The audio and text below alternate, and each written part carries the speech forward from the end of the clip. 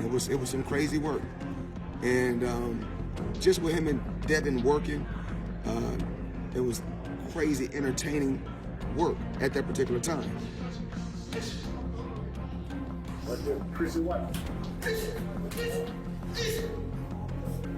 That's why we brought him back.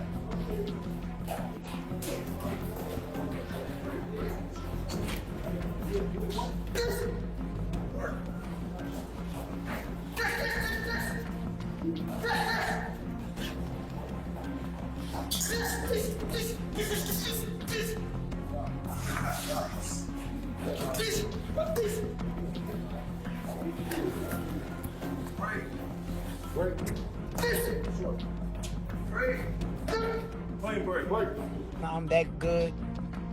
None of these fighters could beat me. And if you sign up to fight me, good luck. Floyd Mayweather shared his thoughts on Devin Haney sparring Shakur Stevenson, describing the session as highly intense, competitive, and impressive, while openly praising the skill level, sharp technique, and overall performance displayed by both fighters during the sparring, emphasizing the quality and seriousness of the work they put in. He can do crazy numbers. It's going to be hard to break my record because you have so many people stealing. You know, so many people stealing. Streaming, yeah. Yeah, streaming. Well, it's still stealing. If they're not paying for it, they're free. Their sparring demonstrated clearly that Shakur Stevenson and Devin Haney possess nearly equal skill levels as they exchange powerful, well-timed blows throughout the session while matching each other shot for shot with speed, precision, balance, and high-level technical execution.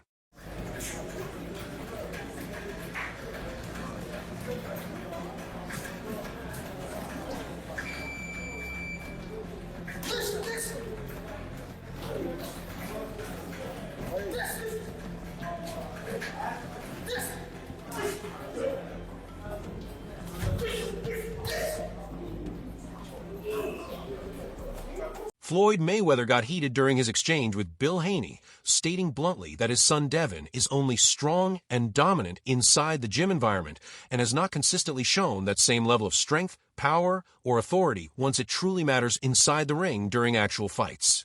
You pop it 1,000 times. Think you was talking about that sparring. Think you beat niggas up in sparring. I didn't watch you beat niggas up. And when my son got down on you, you dig what I'm saying? You act like you tell us. Bill, no, you tell us. No, you Bill, tell us. Bill.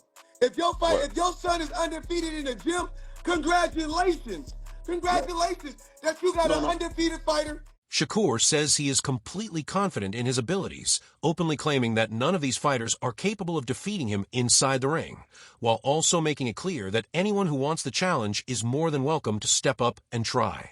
It's good to hear. It's good to hear because a lot of people don't realize how great I am. I've been told them this. It's like you got to keep saying it over and over, and it's like, as I'm saying, it's like I'm wasting my breath because it's like people like, no, you know, oh, fight this guy. Oh, you won't do this to Teofimo Lopez. You won't It's a video of like me and when me and Cameron was going back and forth. He said something like, "Oh, take yourself up to 140 and fight Teofimo Lopez so he can knock your head off." And now it was like I did it, and like I said, now people getting to see what I done been saying from. Shakur Stevenson states that he is willing to face anyone who calls his name, making it clear through his words and actions that he is not avoiding any challengers in the sport and is fully prepared to compete against all comers. He just keeps saying my name to the public. This is the fight that people want to see. My fan base, they want to see this fight. I put the fight together. 2 days before the fight, now he's sick. He poisoned, somebody massaged him and did something to him. I don't know, all this that he kept talking about, but I'm just like showing y'all like what type of I am. I be like, but I know my wrongs. Like I understand. That's why now I gotta like understand it's a business and not just get talked into doing things when it come down to like. Bernie Boxer recently shared his detailed analysis of the potential matchup between Shakur Stevenson and Devin Haney, placing strong emphasis on the impressive achievements, career milestones, and lasting legacies of both elite fighters. He pointed out that Shakur Stevenson has built a truly remarkable career, firmly establishing himself as a four-weight world champion through discipline, consistency, and elite-level performances. Beyond simply holding multiple world titles, Stevenson has also earned recognition as a two-time lineal champion and has captured 2 Ring Magazine belts, accomplishments that clearly highlight his exceptional skill, sustained excellence, and dominance within the sport. Bernie stressed that these achievements are not just numbers on paper, but meaningful indicators of Stevenson's technical mastery, ring intelligence, and ability to perform under pressure at the highest level. He further highlighted that Stevenson's success reflects not only his refined technical ability, but also his adaptability across different weight classes, showcasing a fighter capable of adjusting his style, strategy, and approach to excel against a wide range of opponents. This rare combination of versatility, championship experience, and proven success over time makes Shakur Stevenson a highly formidable challenge for anyone who steps into the ring with him. Fight, Conor Ben comes into the ring, they talk, have some words, but Shakur Stevenson said, I want to put that same rehydration clause you put on Chris Eubank. Tell me, what did you get out of that moment in the ring? Well, I heard on the press conference where I think it was his manager said that, that was a clown move, but I think Shakur invited that, I don't even know if I would have said all that about Conor being right then, but I think he really wants that fight. He really wants the money for the fight. He been saying that, and now he came through victorious. I think he really wants that money for that fight. At the same time, Devin Haney has developed a strong reputation as a highly skilled, disciplined, and focused competitor, widely known for his exceptional speed, sharp precision, defensive awareness, and intelligent strategic approach to every fight. Bernie noted that Haney's well-rounded skill set, composure under pressure, and championship experience make him a truly worthy opponent who is fully capable of testing even the most accomplished and decorated champions in the sport. By closely examining the accomplishments, strengths, and career trajectories of both fighters, Bernie underscored the true significance of a potential matchup between Stevenson and Haney, suggesting that it would not only represent a highly competitive and high-level contest of skill, but also serve as a defining and meaningful moment for both fighters' careers, legacies, and long-term standing in boxing history. Legacy fights, accomplishments, because now Shakur is a 4-weight world champion. Devin is a 3-weight world champion. Devin was undisputed, but now Shakur is a 2-time lineal champion. So he's a 2-time Ring Magazine winner. 2-time unified champion. If you want to add the ring, as far as with the WBO, he was unified at 130. So he's a 2-time unified champion, 2-time lineal champion. Beat a guy like Teofimo Lopez, who rises to the occasion. Had a close fight with George Kambosos. You can make a claim that he was fighting out of frustration or out of emotion, and that was it. He was in his prime too, Josh Taylor seemed to be drained at 140. Not taking away from Devin, but he was already moving up to 47, they were saying. Lomachenko was a little older. Sean Porter breaks down a potential matchup between Shakur Stevenson and Devin Haney as an extremely close, competitive, and thrilling fight that would be difficult for anyone to confidently predict. He explains that both fighters are incredibly fast, sharp, and highly intelligent inside the ring, which makes it nearly impossible to identify a clear or obvious winner ahead of time. Porter describes the matchup as a high-speed chess match, where success would depend not only on hand speed and physical ability, but also on mental sharpness, timing, anticipation, and the ability to set traps and capitalize on small openings in a split second. He emphasizes that the fight would feature constant back-and-forth action, with both men capable of creating scoring opportunities at any moment through skillful movement, positioning, and precision. Ultimately, Porter suggests that the bout would be a true showcase of elite-level skill, advanced strategy, and technical precision, delivering a high-quality contest that would keep fans on the edge of their seats from start to finish. See beating Shakur Stevenson. Right? I really don't know who I see beating him. It's good. The thing with that is it's an amazing fight because both guys are very quick, very intuitive, and very fast and sharp. I do lean with, I'm not even gonna pick a winner in that because this is my first time playing it in my head and I just see it.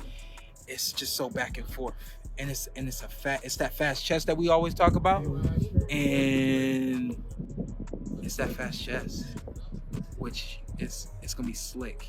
What wins a fast chess match? What makes a difference? who's fastest. Honestly, it's who's fastest, and it's also not just who's fastest with the hands, but also mentally to make that setup in that second move and capitalize the fastest. That's a fantastic fight. You think we see it? Love to see that. Yeah, but do you think?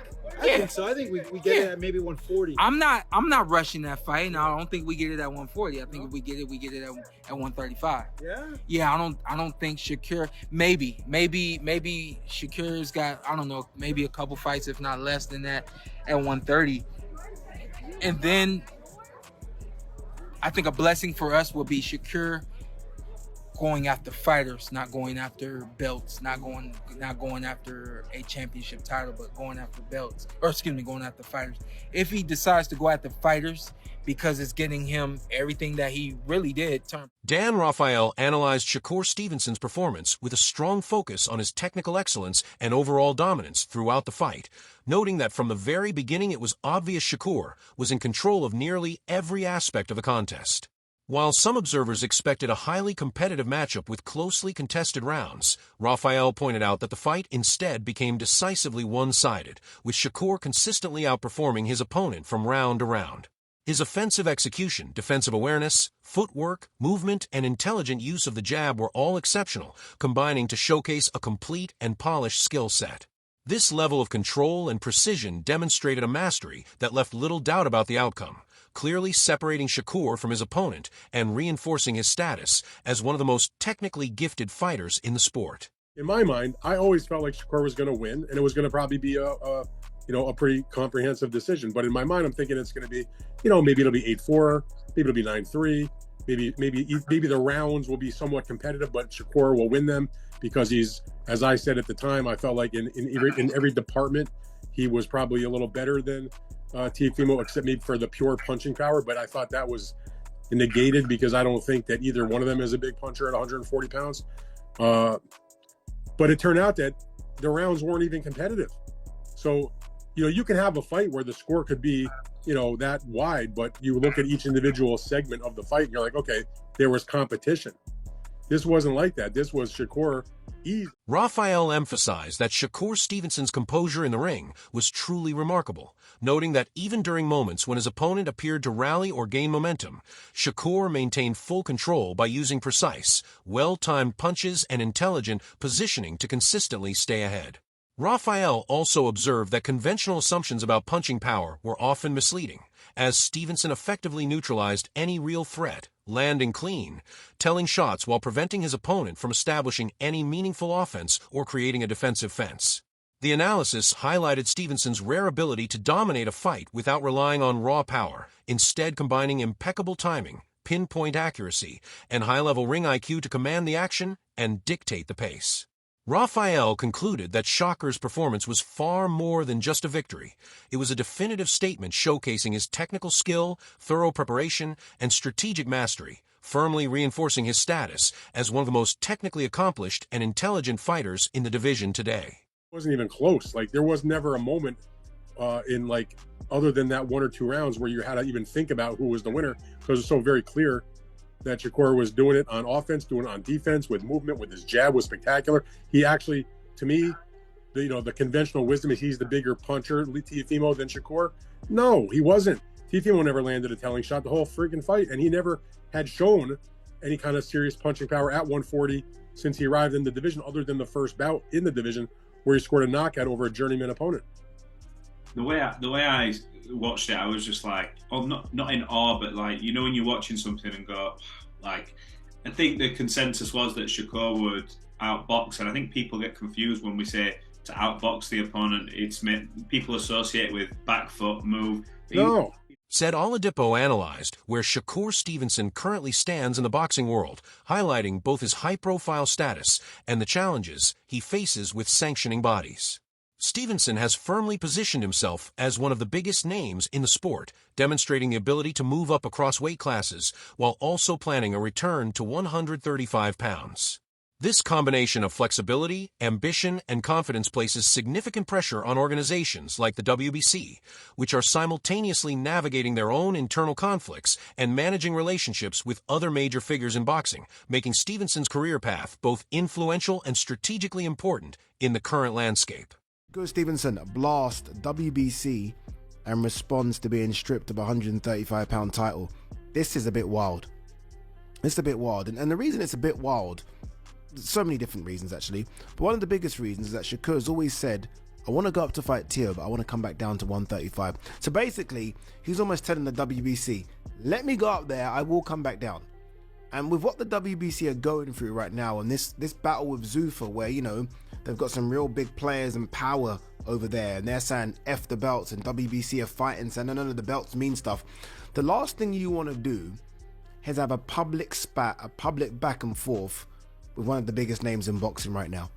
Now, Shakur Stevenson is one of the biggest names in boxing. And the thing about Shakur as well, you piss him off, this guy will go straight to social media and make it known that he's pissed off. And that's Oladipo explained that Shakur Stevenson has openly expressed his frustration with the WBC over a sanctioning fee of $100,000, making it very clear on social media that he strongly disagreed with their demands. Even though Stevenson's recent fights were not officially for the WBC title, the organization's rules still require a champion to pay half of the sanctioning fee, as if the belt were on the line. Aide described this as a questionable and controversial rule, highlighting the ongoing tension that often exists between top-level fighters and sanctioning bodies. Despite these bureaucratic hurdles, Stevenson remains a highly visible and influential figure in the sport, whose decisions carry significant weight. His ability to speak out publicly, challenge expectations, and simultaneously maintain elite-level performance underscores his considerable influence and firmly reinforces his position as one of boxing's most prominent, respected, and impactful athletes. on the line. Does that make sense? Let me see if I can find it. I'm going to find it and read it out to so I'm not paraphrasing, because this is quite important and I think it's a joke. I think it's a joke. I really do. All right. Okay, yeah. All right, rule 7.3. I'm going to put this on the screen as well.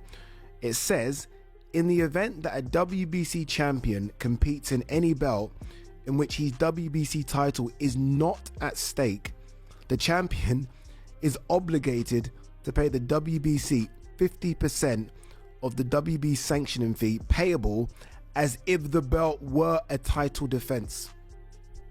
What? What are we doing? That's crazy. That's crazy. I'm sorry, this is different to Terence Crawford.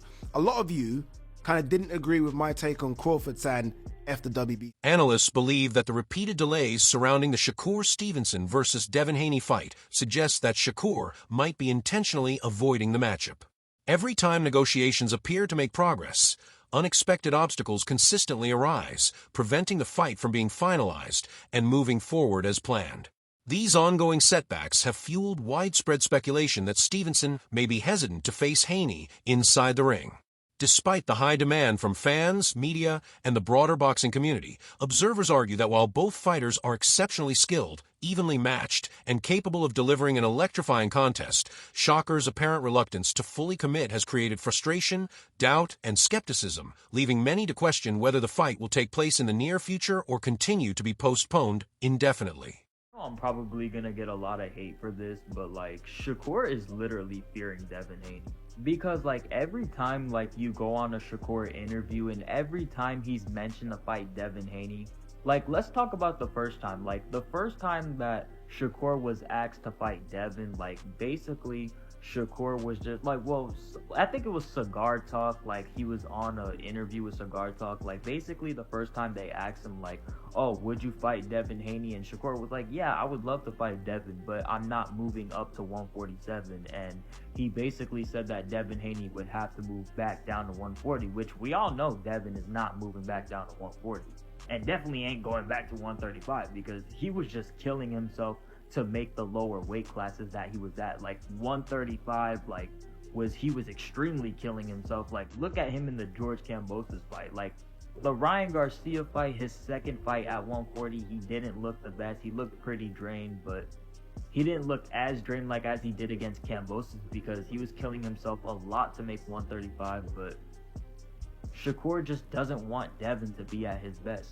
And just the amount of times that Shakur was just mentioning like rehydration clause, rehydration clause, rehydration clause, rehydration clause, rehydration clause, like over and over again, like in every single interview, like when they mentioned Devin Haney, like he's just talking about how Devin's too big, like he's always complained about that, and the clause that he's always talking about, like, well, yeah, Shakur, that's why I would pick Devin to beat you, because if you're talking about that size being too much and you're just not confident and you're just bringing up rehydration clause, that's called fear, because you just don't want to fight a fighter where he's at his best. And we all know Devin is way better at 147 than he was at. Some believe that Shakur Stevenson isn't actually avoiding Devin Haney, but is instead strategically aiming for a bigger and more high-profile challenge. He has reportedly been in active discussions to face Conor Benn, indicating that his focus is on securing career-defining fights rather than simply delaying matchups for convenience.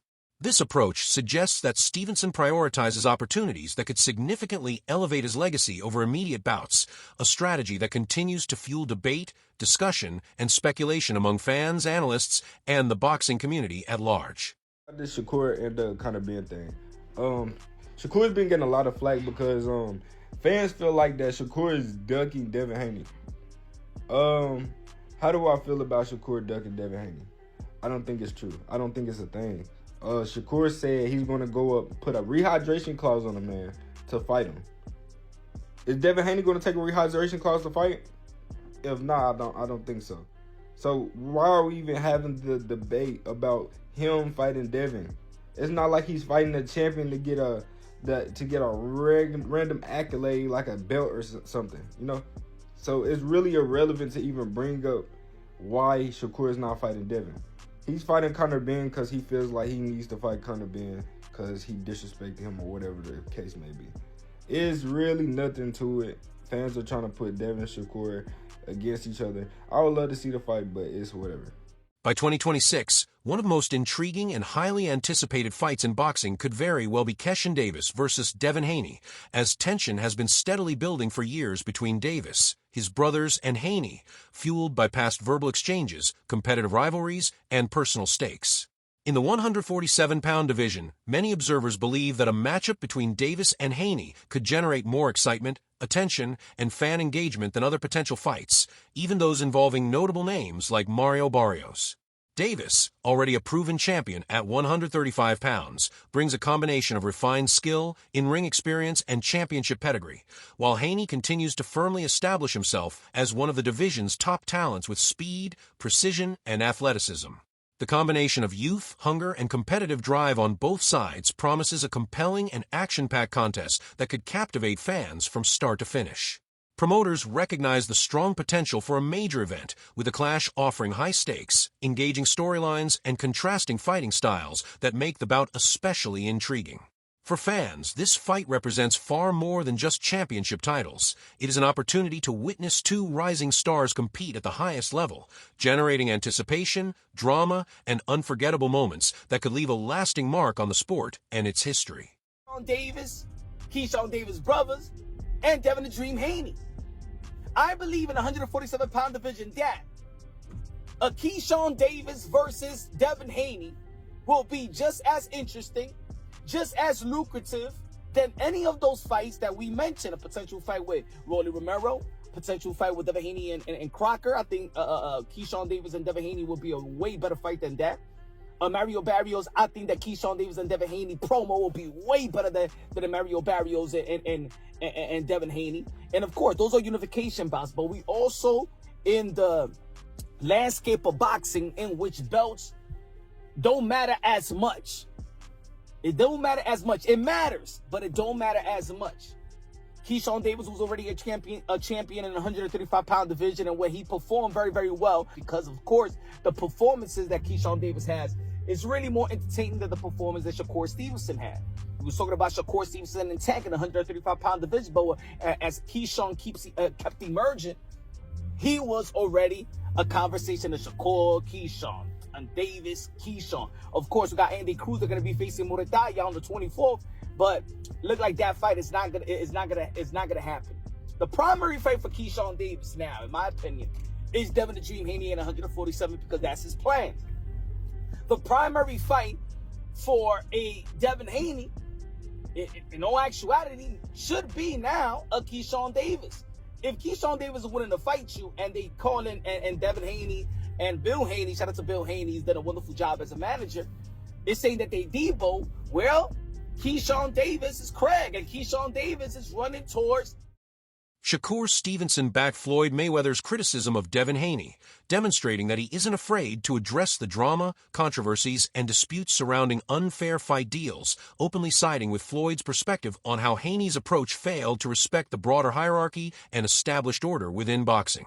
He made it clear that he is paying close attention to every development, weighing the situation carefully, and will not remain silent or passive, signaling his readiness to speak out and take a stand when necessary in defense of fairness and proper respect in the sport. Yo, I think we all know that Mayweather telling the truth, but the fact is that Devin Haney was wrong by Top Rank when he had to fight Kambosos over and over in a different country.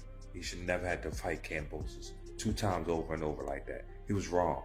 And Dev is getting back.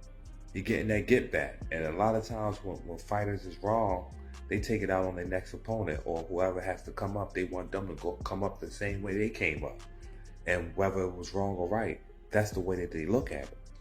I don't think that Dev is going to bend break for nobody. And I don't care who says what. My opinion don't matter. You know what I mean? But it's definitely exciting to see these guys is going to get in the ring within 2 to 3 to 5 years. These guys are going to get in the ring. So it's just exciting to see the build-up. This is just the build-up happening, man. It's exciting. That's it for today's video, so make sure to stay tuned for more updates, insights, and highlights. Until next time, keep following the action and get ready for everything coming up in the world of boxing.